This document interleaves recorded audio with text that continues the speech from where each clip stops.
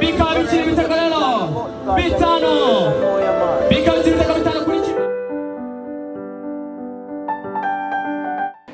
Ku bijyanye n'imyigire n'imyigishirize n'imitsindire, wenda icy'ingenzi ni uburyo abantu bazijyamo, nk'uko bajya babivuga mu mvugo ya gitore ngo bajya mu ngamba, uburyo buri wese ajya mu cyimbo cye.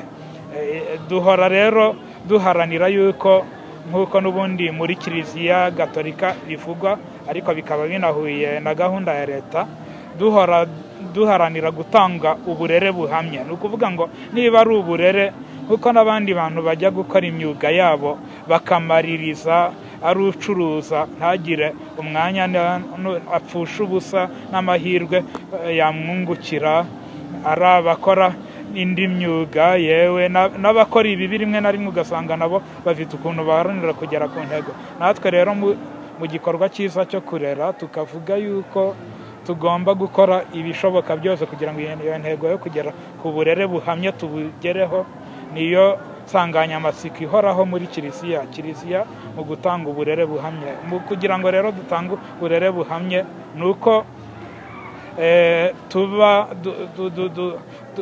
dukomera ku murimo, tukaba koko abanyamwuga.